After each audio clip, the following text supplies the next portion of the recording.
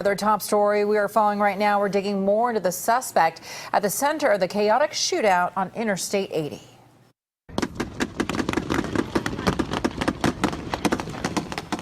Witnesses using cell phone cameras captured the shootout from several different angles. They could not believe what they were watching. It all started this morning in Richmond, where police were trying to stop a man who was wanted for murder. He then led them on a chase down Interstate 80 into Emeryville, and that is where the chase ended and a massive traffic backup started. The gridlock stretched for miles, as you see. Drivers sat for hours trapped in the backup. Live look now from Chopper 5. For the first time all day, the westbound lanes of Interstate 80 are open through Emeryville, the freeway reopening within just the past hour. KPIX 5's Juliette Goodrich has some new details on the story, including the crime the suspect was originally wanted for. Juliette?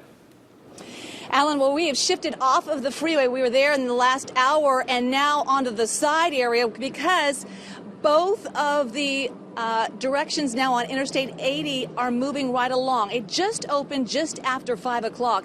This after a morning shootout where we have learned that the suspect is related to a 2015 homicide in Fairfield. When the traffic opened, I must tell you, so many commuters were relieved just after 5 o'clock. Take a look.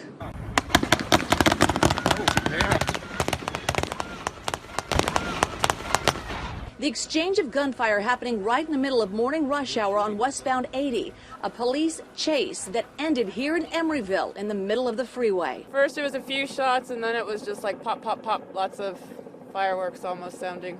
But there must have been at least 50 rounds heard at least. It sounded crazy.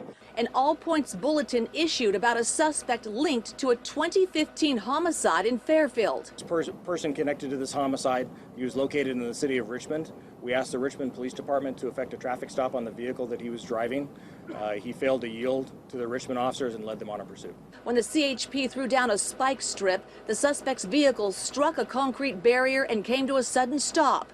From Chopper 5, you can see the suspect stick both of his hands out of the window, and then he steps out of his car.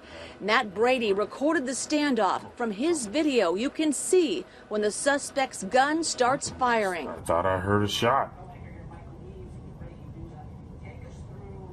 All right, he put his hand up. Oh, he's shooting. Oh, oh, they just took him out.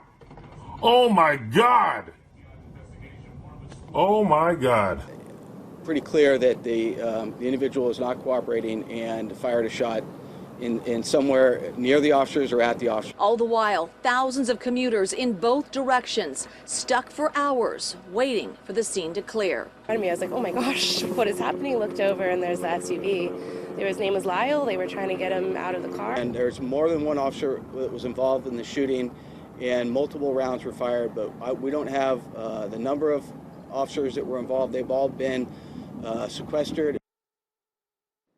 Back out here live along Interstate 80, traffic moving in both directions. Quite a relief to commuters. A lot of people stuck in this mess this morning for hours at a time. They were diverted off of the freeway, but still, it was a mess. As for the suspect, police are not releasing his name right now. They're getting more information, but again, we've learned that he is linked to a 2015 homicide that happened in Fairfield. Those officers who returned fire are right now on paid administrative leave. We will continue following this story and have more for you tonight at 11 o'clock on KPIX 5. For now, I'm Juliette Goodrich, live in Emeryville. Back to you.